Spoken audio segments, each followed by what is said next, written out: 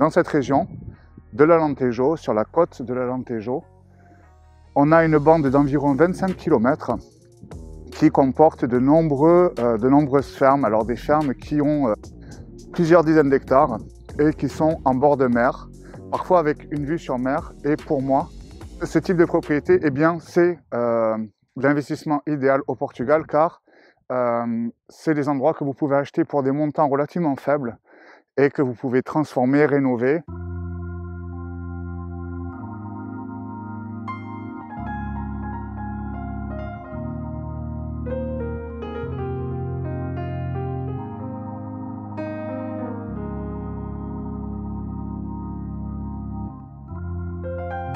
Sur ces images, vous découvrez une idée de rénovation d'un monte. Donc le monte, c'est la maison traditionnelle de l'Alentejo. Le monte est ici transformé en une luxueuse villa. Les corps de bâtiments sont fusionnés pour donner place à un ensemble extrêmement harmonieux et agréable qui dispose d'une piscine et de tout le confort moderne. Donc l'Alentejo, ça signifie littéralement au-delà du Tage. Donc quand on est à Lisbonne, on regarde sur l'autre rive, on voit le Cristo Roi. Eh bien ça, c'est le district de Setúbal. Sur la péninsule d'Arrábida, donc il y a un parc naturel à Setúbal, à 5 minutes de Setúbal, on a des plages à couper le souffle. Donc quand on est à Setúbal, on a une ville assez industrielle qui est de chaque côté de la ville, on a une usine. Donc c'est un petit peu dommage parce que la ville est très très belle. Le site est magnifique avec la rivière Sado. Au-delà de la rivière, au-delà de l'estuaire, c'est le début du rêve sudiste du Portugal.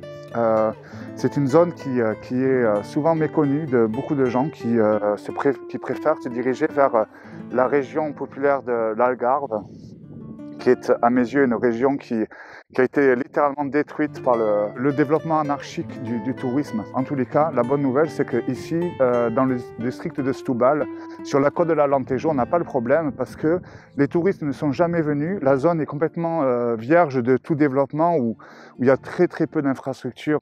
Comporta, au départ, c'était vraiment une propriété immense, propriété de la famille Espírito Santo, qui, en raison de déboires assez importants en 1994, a été obligé de céder cette aire de jeu formidable. Et à partir de là, on a assisté au développement économique de la zone. Donc la propriété a été vendue et petit à petit, des lots se sont faits et on commence à voir des belles villas émerger de la pinède de Comporta. Donc ce qui est intéressant de voir, c'est que les nouveaux propriétaires de la zone, contrairement à ce qui a été fait dans d'autres régions à fort potentiel touristique, eh bien, ils se sont dit, au lieu de bazarder, au lieu de liquider la zone au plus offrant, ils se sont concentrés sur une vision. Tout ce littoral côtier est protégé par des règles d'urbanisme très très sévères, ce qui fait que vous ne pouvez pas arriver avec votre pelleteuse, votre bétonnière et commencer à détruire tout le littoral.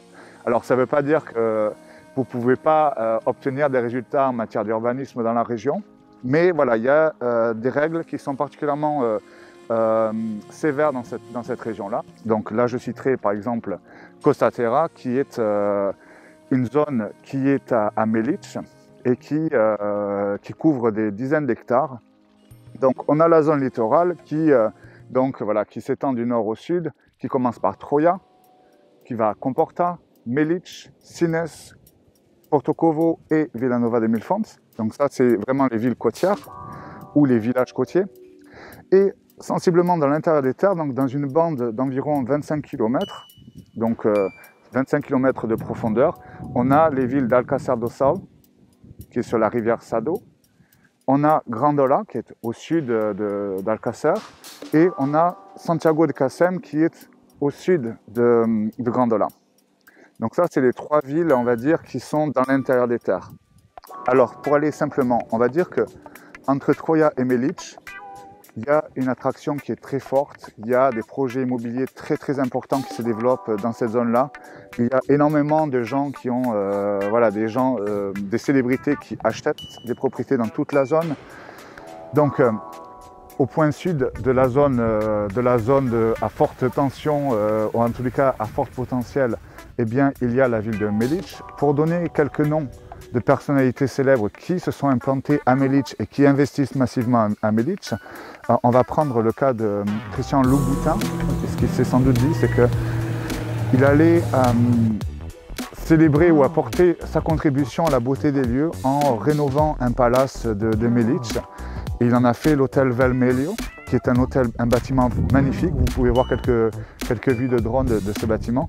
Donc lui, il a apporté sa contribution glamour et sa vision de designer à cet endroit qui est particulièrement beau. Mais il y a d'autres personnalités qui sont dans cette zone-là. Il y a Philippe Stark, Philippe Grange et beaucoup d'autres. Les prix ont doublé en quelques temps, donc vous pouvez voir un extrait d'un article du Financial Times qui évoque l'augmentation phénoménale des prix dans la région de Comporta. Mais ce qu'on peut voir, c'est que le phénomène se déplace vers le sud.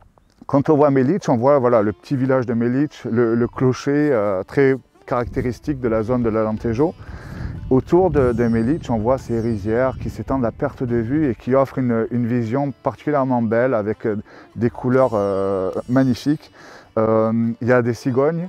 Il y a des petits restaurants, et puis des petites maisons qui, voilà. Et là, vous voyez, par exemple, dans la vision avec le drone à Melic, vous voyez une autre ferme un petit peu qui ressemble un petit peu au bâtiment qui est derrière moi. Donc, c'est un corps de bâtiment qui est vraiment positionné dans une nature exceptionnelle. Et c'est ça, en fait, le type de bien qui présente un intérêt particulier aujourd'hui dans la région. Et moi, personnellement, c'est ce type de bien que je recherche pour mes clients. Donc, au-delà de Melic, vous avez la ville de Santiago de Casem, donc à environ 20 minutes en voiture de Melic. Donc, Santiago de Casem, c'est une ville très ancienne, particulièrement belle. Et là, je vous présente un petit peu dans ces images les palaces que vous pouvez trouver dans Santiago de Casem. La région, au départ, je l'évoquais, c'est une région de latifundia, donc beaucoup de terres. Il y avait aussi à l'époque des colonies, de nombreuses colonies au Portugal, donc il y avait beaucoup d'argent, beaucoup de richesses qui venaient vers le Portugal. Il y a eu un âge d'or et les bâtiments de Santiago, comme ceux de Porto, de Lisbonne ou en tous les cas de beaucoup de palaces du Portugal, reflètent cette richesse. Ils traduisent bien le raffinement qui était la norme dans les classes élevées, les classes nobles de la société portugaise au XVIIIe siècle, au XIXe siècle. Donc Santiago de Casem, c'est une ville particulièrement belle qui a des origines qui s'étirent au-delà de l'époque romaine. Il y a des ruines romaines qui sont particulièrement bien conservées. Santiago de Casem s'articule autour d'un monticule, donc une place forte, un château fort qui était sur le haut de la ville, qui était une place forte pour tous les gens qui étaient en charge de cette ville, donc que ce soit les Romains, les Maures, ensuite les Portugais. Le château est un peu tombé en désuétude au milieu du XIXe siècle parce qu'il n'y avait plus vraiment d'intérêt défensif, mais on peut voir voilà, la ville qui s'articule autour de cette place forte et tous ces palaces qui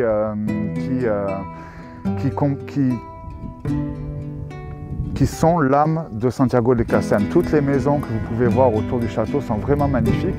Et ce qui est très paradoxal, c'est que quand on va à Santiago, vous voyez sur ces images-là, il n'y a pas vraiment de touristes.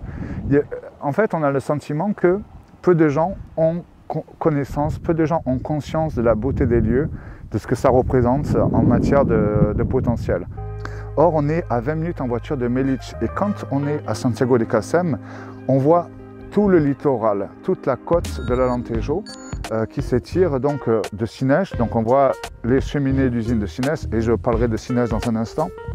Donc on voit Sines et on voit toute la côte qui s'étire jusqu'aux montagnes de Arrábida qui se situent derrière Setúbal et qui constituent un massif montagneux côtier qui a une altitude maximum d'environ 500 mètres. Donc quand on est à Arrábida, on a l'effet miroir, on voit toute la côte de l'Alentejo qui s'étire jusqu'à Santiago de Casem. Donc Santiago de Casem et Arrábida, ce sont deux points hauts sur tout ce littoral. Donc ce sont deux points clés. Donc venir à Santiago de Casem, ça vous permet d'admirer tout ce point de vue qui n'est pas du tout connu en fait. Il y a peu de touristes. Alors Chose remarquable, la semaine dernière, en faisant mon shopping au supermarché de Santiago, j'ai entendu beaucoup d'Américains. Donc je me suis dit, tiens, les choses commencent à changer. Donc ceux qui regardent la vidéo aujourd'hui doivent se dépêcher, venez vite dans la région. Maintenant, je vais parler de Sines. Donc Sines, c'est la ville natale de Vasco da Gama. La ville est un des ports les plus importants du Portugal. C'est un port en eau profonde avec le transit time le plus court entre l'Europe et les États-Unis. Donc à ce titre, il y a un commerce très important qui se développe au niveau de gaz liquide. Il y a des pipelines qui viennent d'Afrique du Nord qui sont connectés vers Sines et il y a également une activité de transbordement pour le cargo maritime. Donc Sines, c'est un point clé dans les infrastructures portugaises. Donc quand on arrive à Sines, ce qui est marquant, c'est la beauté de la ville. Le site est merveilleux. Il y a un vieux château, il y a une vieille église. Voilà quelques images qui vous présentent un petit peu le côté merveilleux de la ville. Et autour de la ville, il y a ces infrastructures portuaires. On a des populations un petit peu hétéroclites. On a des gens qui... voilà, quand je suis arrivé, j'ai assisté à une transaction entre deux personnages qui me semblait voilà, un petit peu douteux. Donc l'argent liquide qui transitait. On a le sentiment que la ville pourrait être quelque chose d'autre. La ville pourrait se réconcilier avec elle-même. Donc, à 10 minutes en voiture de Sines, on trouve le magnifique port de Porto Covo. Porto Covo, c'est un port de pêche qui est sur l'océan Atlantique, qui est au nord de Vila Nova. Et la caractéristique de ce petit port de pêche, c'est qu'un bras de mer offre protection aux embarcations qui s'élancent dans l'océan pour aller chercher du poisson.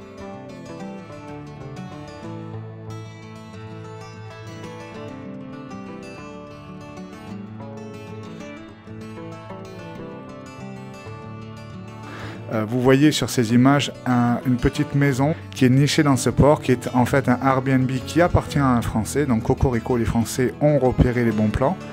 Donc au-delà de Porto Covo, eh bien, c'est le Grand Bleu. Porto Covo, c'est le départ du parc national de la Côte Vicentine. Donc il y a un degré de protection supplémentaire. Sur le littoral, on voit des sentiers, ce sont des sentiers pour marcheurs. Beaucoup de marcheurs viennent des États-Unis.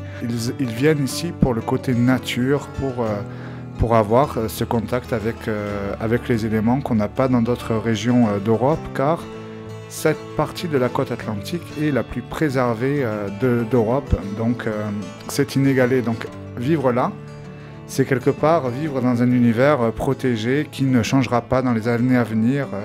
Donc c'est la garantie de pouvoir vivre de manière authentique dans une région authentique. Et donc c'est ça l'intérêt de la côte, au-delà de Porto Covo, c'est l'intérêt de la ville de Vila Nova de Mil Fontes. Et au-delà de Vila Nova de Mil Fontes, là on rentre dans un autre sujet. Là c'est vraiment le bush portugais, c'est des petites localités avec des petites maisons. Vraiment, c'est un autre monde. Moi, la première fois que je m'y suis rendu, je ne savais pas que ça existait. Eh bien si, voici quelques images qui vous présentent un peu ces endroits qui sont vraiment intrigants. Il n'y a pas de pollution visuelle, il y a peu de gens. Et vous avez des plages, voilà, vous vous promenez, vous êtes seul. Vous avez ce sentiment d'être en connexion avec la nature, avec les éléments. Quand vous êtes à Porto Covo, quand vous allez à la plage de Maian, alors pardonnez-moi la prononciation. Donc là, j'ai fait des images, c'était au mois de janvier. Voilà, au mois de janvier, il fait très beau. Vous avez des journées, c'est 16 degrés, 16-17 degrés toute la journée. Le soir, il fait quand même froid dans la région en hiver. Mais voilà, au mois de janvier, les gens surfent sur la place de Maian. Et environ 10 minutes de là, en voiture, on arrive à Vila Nova de Mil Fontes, qui est pour moi un des plus beaux endroits de la région. Donc vous avez ce petit fort là que vous voyez sur les images qui était en vente pour un peu moins d'1 million d'euros il y a quelques années. Donc vous pouviez acheter ça pour le prix d'un appartement dans Paris. Alors imaginez-vous le type de vie que vous pourriez avoir dans cet endroit-là, avec une vue qui est merveilleuse. Et devant le château, il y a des palmiers. La petite ville de Vila Nova a des biens immobiliers qui sont particulièrement beaux. Il y a des petites ruelles vraiment super belles.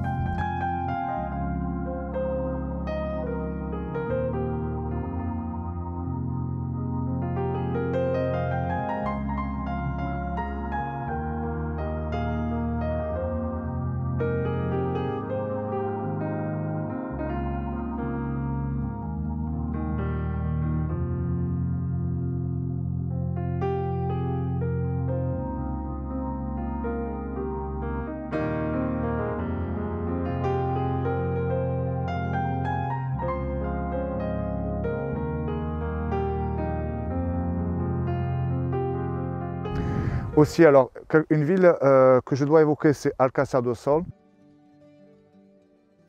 Vous avez cette petite ville blanche nichée à flanc de colline avec son château. Eh bien, cette ville-là est vraiment très très jolie. Il y a des petites ruelles, il y a beaucoup de petits restaurants vraiment typiques dans Alcácer. Et il y a un charme fou dans cette ville. Alors les prix dans Alcácer sont montés très très fort parce que Alcácer est à environ 80 km de Lisbonne, ce qui fait qu'on y est très très vite. Et les gens de Lisbonne ont tendance à s'installer à Alcácer pour pouvoir profiter du littoral. Quand on parle du Portugal, du sud du Portugal, c'est Algarve. Mais en fait, il y a un autre sud du Portugal et ce sud, c'est ici.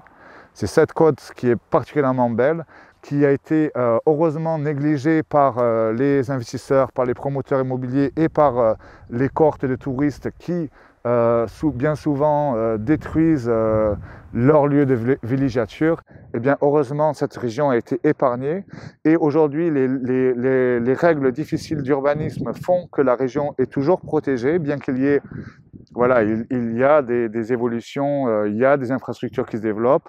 Alors évidemment, ce sont des sujets qui ne sont pas forcément simples car il y a des gens qui cherchent à maintenir, à éviter le développement de la zone.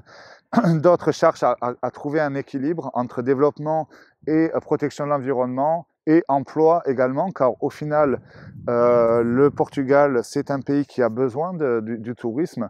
Donc la région bénéficie du tourisme. Donc voilà, on semble se diriger vers un partage ou en tous les cas un équilibre